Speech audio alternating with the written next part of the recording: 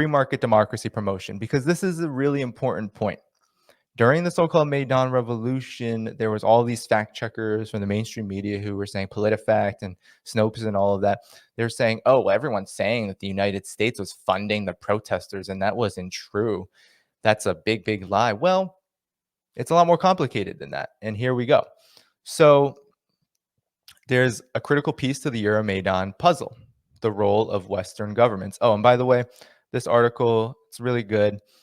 It's the Jacobins, so there's issues in it, but Branko Marcetic, this is a good article called "A U.S.-backed far-right-led revolution in Ukraine helped bring us to the brink of war." It's a recent article, February 7th, so I found it helpful. I'm not going to read it all for you now because of this deadline. I'm actually going to be off of here probably 3:15, 3:30, so I'm just going to fast forward a bit. You can read the whole article Jacobin, but as I said before, the role of Western governments, a critical piece to this puzzle. For decades, Washington and allied governments have pursued their strategic and economic interests under the cover of promoting democracy and liberal values abroad. Sometimes that means funneling money to violent reactionaries like the Nicaraguan Contras, and sometimes it means supporting benign pro-democracy movement like those in Ukraine. Okay, I want to call them benign. That's not a good term to use, but nonetheless, this is very true that the United States has done this in so many places. Hong Kong recently, 2019, 2012, 14, also in Hong Kong. We can go down the line constantly, right? Bolivia helped foment the 2019 coup with this money being funneled in. We now know the rest of China, they're trying to foment things there. Laos, everywhere you can think where there's a possibility that a government or a people will chart their own destiny, Cuba, etc., there will be NED money flowing either into those countries or into forces outside of those countries seeking to destabilize them, seeking to destabilize these efforts. So external actors have always played an important role in shaping and supporting civil society in Ukraine, says Ukrainian scholar Erna Solenenko, who wrote this in 2015, pointing to the EU and the United States through agencies like the NED and the U.S. Agency for International Development, who our good friend Samantha Powers is now head of under Joe Biden, and whose Kiev headquarters were in the same compound as the U.S. Embassy. Very convenient. One can argue without external support, which has been a major source of funding for Ukrainian civil society since independence, that it would not become what it is now. And so this was the case in the 2004-5 Orange Revolution, which actually also overthrew Yanukovych too. He actually had to go into political exile for a little while, and then he ran again, and he became one of the more trusted politicians in Ukraine. But so foreign NGOs changed little about Ukraine's corruption and authoritarianism, but achieved a crucial goal of nudging Ukraine's foreign policy westward. As a liberal center for American Progress, I think we want to call that more neocon Center for American Progress. So anyway, again, there are problems with this, but did Americans meddle in the internal affairs of Ukraine? Yes. The American agents of influence would prefer different language to describe their activities: democratic assistance, democracy promotion, civil society support, etc. But their work, however labeled, seeks to influence political change in Ukraine. So even from the Center for American Progress, which is a neoliberal, neoconservative leaning think tank, has admitted that there was U.S. meddling in Ukraine, but yet the left can't admit that. U.S. officials unhappy with the scuttled EU deal saw a similar chance in the Maidan protests. So Yanukovych, 2013, leading into the 2014 unrest, had decided that he was not going to admit Ukraine or put Ukraine on a pipeline to NATO, and was going to actually keep relations between Russia and the EU more balanced rather than go all in with the EU, which would mean the IMF and all of that. So there's a lot of concern in Ukraine about privatization, which has happened since the coup. But there was concerns among Yanukovych and his section of the Ukrainian elite that would cause political issues, which it has. That's exactly what's happened. So just 2 months before they broke out, the NED's then president, pointing to Yanukovych's European outreach, wrote that, quote, "The opportunities are considerable and there are important ways Washington could help," end quote. In practice, this meant funding groups like New Citizen, which the Financial Times reported, quote, played a big role in getting the protests up and running, led by a pro-EU opposition figure. Journalist Mark Ames, really cool. We follow each other on Twitter. Really like his work at Radio War Nerd. Discovered the organization had received hundreds of thousands of dollars from U.S. democracy promotion activities. So there you go. While it may be a long time before we know its full extent, Washington took an even more direct role once the turmoil started.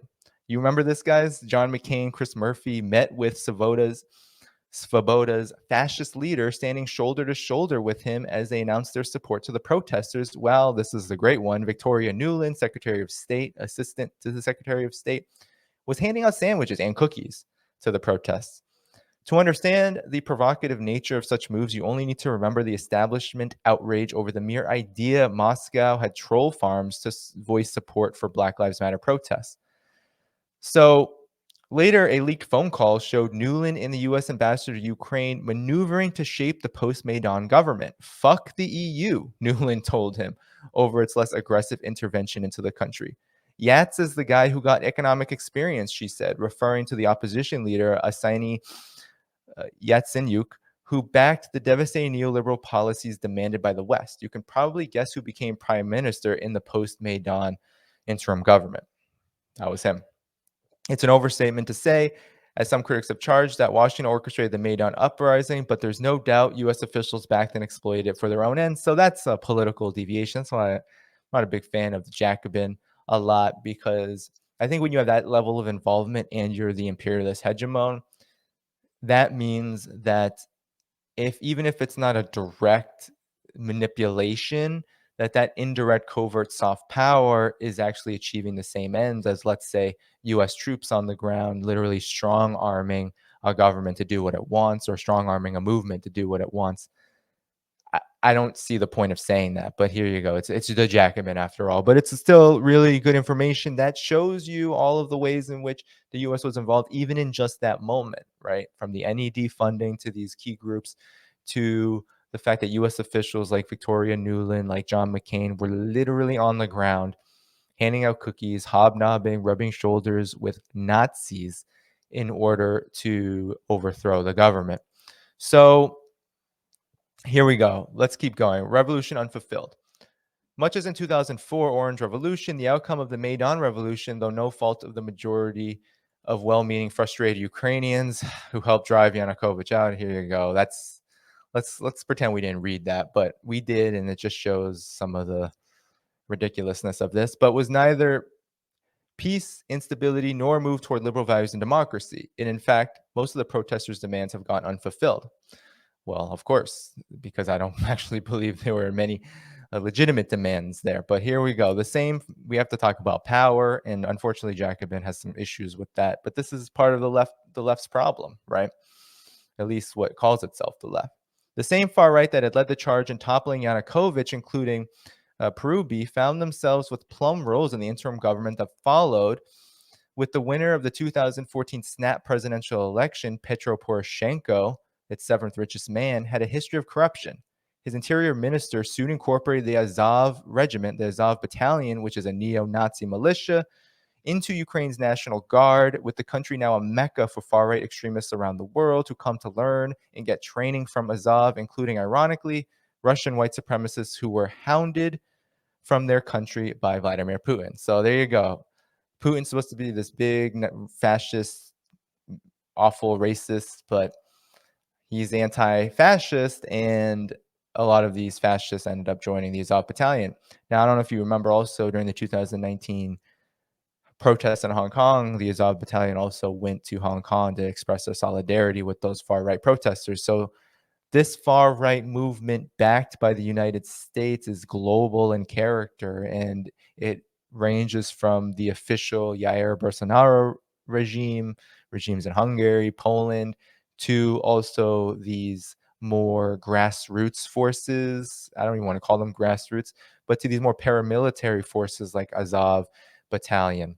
So despite far-right parties ultimately losing seats in parliament, ultranationalist movements successfully shifted the country's politics to the extreme right, with Poroshenko and other centrists backing measures to marginalize the speaking of Russian and glorify Nazi collaborators. Even so, far right candidates have entered parliament on non far right tickets, and extremists like former Azov commander Andriy Belitsky have taken high ranking law enforcement positions. While far right vigilantism spread throughout the country, Poroshenko himself granted citizenship to a Belarusian neo Nazi and engaged in some borderline anti Semitism of his own. Little to nothing has changed about Ukrainian corruption or authoritarianism under either Poroshenko or either Volodymyr Zelensky, elected in 2019 as an outsider agent, but he's turned out to be a real puppet torn apart, really. So each is governed like an autocrat, using their powers to go after political opponents, weaken dissent, and have blah, blah, blah, blah, blah. So Ukraine, it says it's been embattled in a mini civil war, and that. I don't like to put it in those terms. So, you know, what happened in 2014 and 15, and let's just actually end this screen share. Okay. So we're done with that article, and we'll go on to Jenny Clegg's article in a few minutes. But uh, the point here is that the US is heavily involved in Ukraine, from the soft power funneling of money to these so-called civil society groups, to giving political cover for neo-Nazis and fascists that dominate the parliament in Kiev.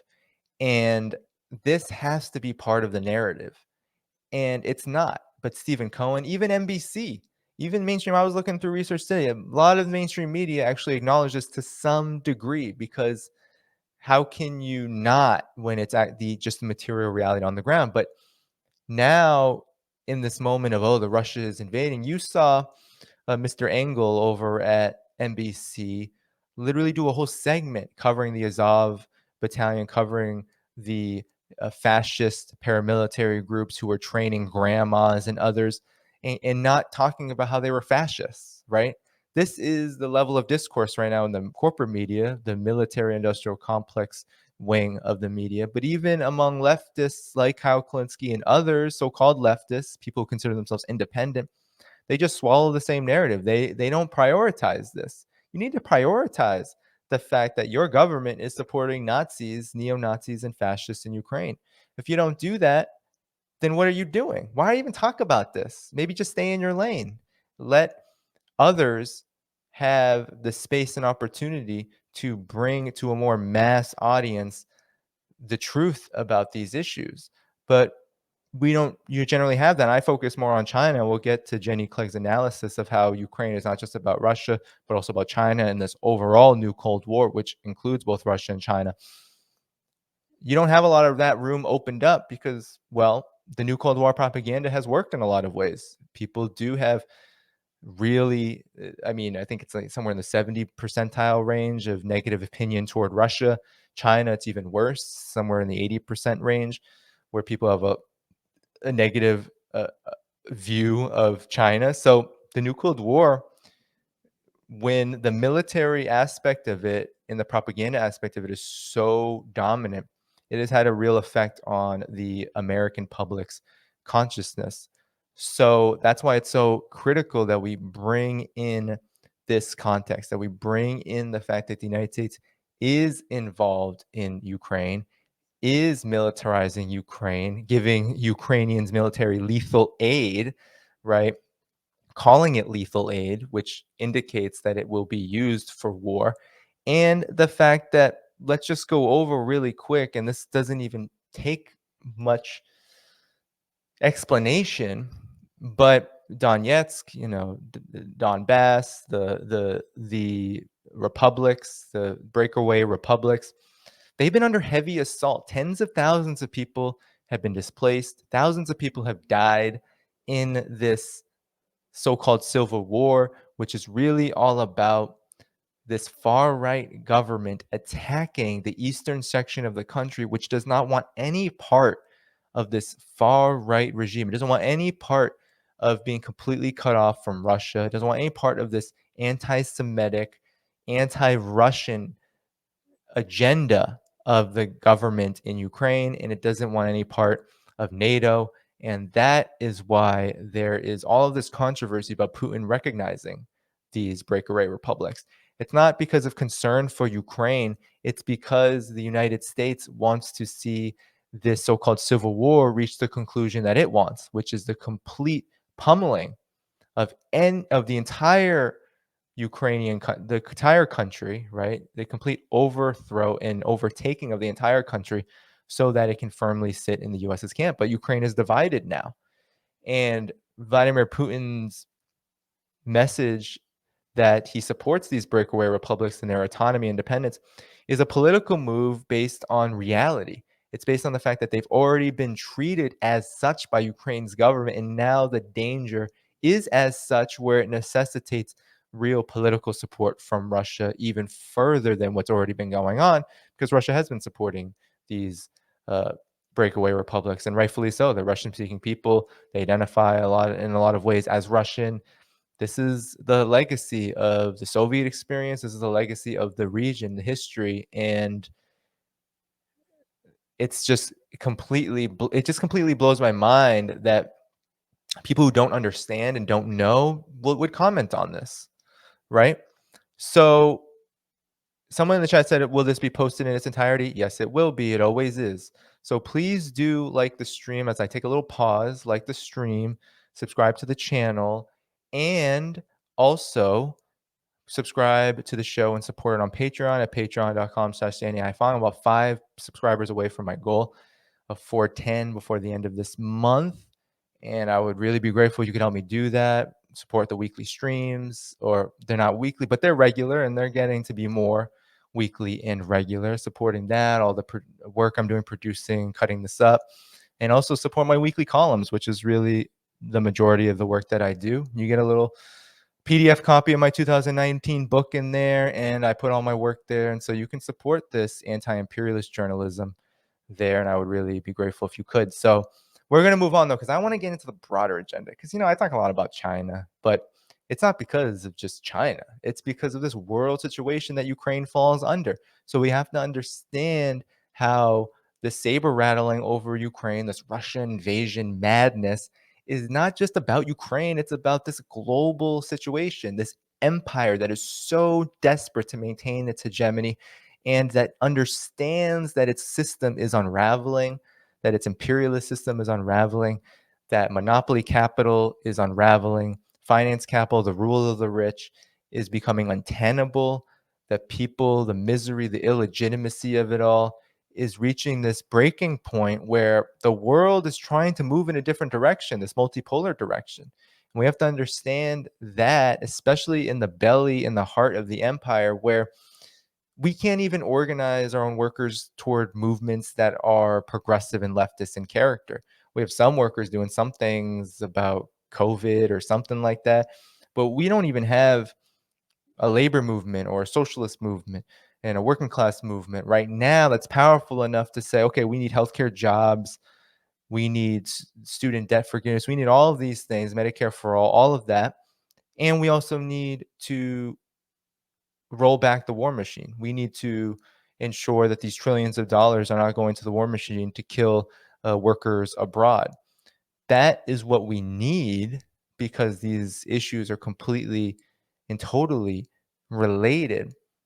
But it's this foreign policy question, this question of peace, anti-imperialism, which really is a barrier, right? Because of the new Cold War thinking, because the United States is, right? If the US is funding far right white supremacists and Nazis in the Ukraine, guess where that comes from? That comes from the United States' own history, right? There's a deep bond, right? And Hitler said it himself. I don't know if you all remember this, but Hitler wrote in Mein Kampf.